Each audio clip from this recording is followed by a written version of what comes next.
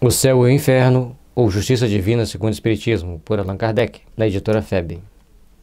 A Justiça Divina segundo o Espiritismo é o exame comparado das doutrinas sobre a passagem da vida corporal à vida espiritual, sobre as penalidades e recompensas futuras, sobre anjos e demônios, sobre as penas, etc., seguido de numerosos exemplos acerca da situação real da alma durante e depois da morte, por Allan Kardec. Por mim mesmo juro, disse o Senhor Deus, que não quero a morte do ímpio, senão que ele se converta, que deixe o mau caminho e que viva. Ezequiel, capítulo 33, versículo 11.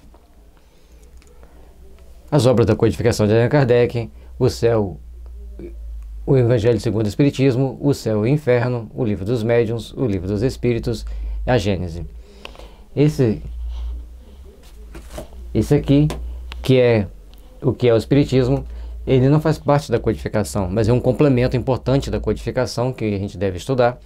E também tem o livro Obras Póstumas, que também é importante que a gente estude. Além das revistas espíritas.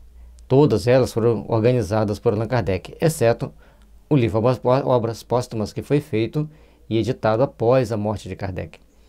Nós estamos no capítulo 2 do livro Céu e Inferno, e aqui vai ser nos relatado as condições dos espíritos felizes. Sanson. Este antigo membro da Sociedade Espírita de Paris faleceu em 21 de abril de 1862, depois de um ano de atrozes padecimentos. Prevendo a morte, dirigia ao presidente da sociedade uma carta com o tópico seguinte. É interessante, ele já sabia que ia morrer, estava em padecimento, ele era membro da Sociedade Espírita de Paris, e ele faz essa carta, e vamos ver. Podendo dar-se o caso de ser surpreendido pela separação entre minha alma e meu corpo, ocorre-me reiterar-vos um pedido que vos fiz há cerca de um ano, qual o de evocar o meu espírito o mais breve possível, a fim de, como membro assaz inútil da nossa sociedade, poder prestar-lhe para alguma coisa depois de morto, esclarecendo face por fase as circunstâncias decorrentes do que o vulgo chama morte, e que, para nós outros, os espíritas, não passa de uma transformação, segundo os desígnios insondáveis de Deus, mas sempre útil ao fim que ele se propõe. Além desse pedido, que é de uma autorização para me honrardes com essa autópsia espiritual, talvez improfícua em razão do meu quase nulo adiantamento, e que a vossa sabedoria não consentirá ir além de um certo número de ensaios.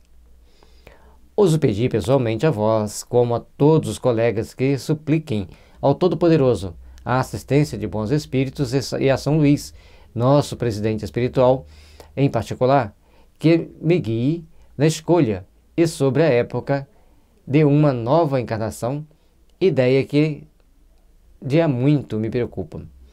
Bom, aqui ele se vê doente, ele escreve uma carta e pede ao presidente, que no caso era o Kardec, da Sociedade Espírita de Paris, e o Kardec também pede assistência dos bons espíritos, e principalmente de São Luís, para que ele faça as perguntas e tenha a prudência de fazer o número de ensaios compatíveis e apenas aqueles que forem necessários aos bons esclarecimentos, aos bons entendimentos para aqueles que viriam depois a estudar, e até mesmo no momento da passagem. Se você estuda como é a passagem, fica mais fácil, menos doloroso, menos complicado. E ele pede para fazer a evocação logo em seguida, para que ele relate os passo a passos no momento da morte. Arreceio-me de confiar demais nas minhas forças espirituais, rogando a Deus, muito cedo e presunçosamente, um estado corporal no qual eu não possa justificar a divina bondade, de modo a prejudicar o meu próprio adiantamento e prolongar a estação na terra ou em outra qualquer parte, desde que naufrague. Aí ele tem a preocupação de não perder a sua encarnação, de ser proveitosa, e como ele acha-se fraco para rogar a Deus, ele pede assistência dos seus amigos encarnados e do mentor São Luís, e tanto dos bons espíritos que trabalhavam lá com eles na Sociedade de Paris. Para satisfazer-lhe, o desejo, evocando-o o mais breve possível, dirigimos-nos com alguns membros da sociedade à câmara mortuária, onde, em presença do seu corpo, se passou o seguinte colóquio, precedendo 1 hora o respectivo enterro. Era duplo nosso fim. Íamos cumprir uma vontade última e íamos observar ainda uma vez a situação de uma alma em momento tão imediato à morte. Tratando-se, no demais, de um homem eminentemente esclarecido, inteligente e profundamente convicto das verdades espíritas. Íamos, enfim, colher as suas primeiras impressões, a prova de quanto sobre o estado do espírito pode influir a compenetração dessas verdades.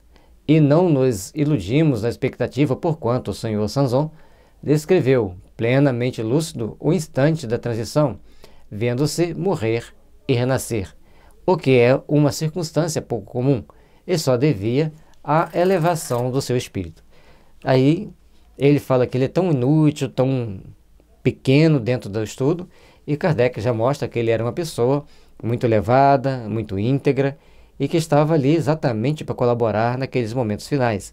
Estava ali muito cônscio das suas responsabilidades e pedindo a oração, a intercessão dos bons espíritos, a intercessão principalmente de São Luís, que era o presidente espiritual deles naquele momento.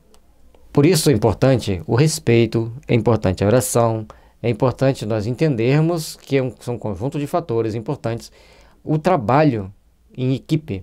E o Kardec não foi sozinho, ele foi com um grupo de pessoas e também provavelmente com mais de um médium para que algum deles pudesse dar a comunicação, que nem todo médium tem a flexibilidade necessária para dar uma boa comunicação a todo instante de qualquer situação.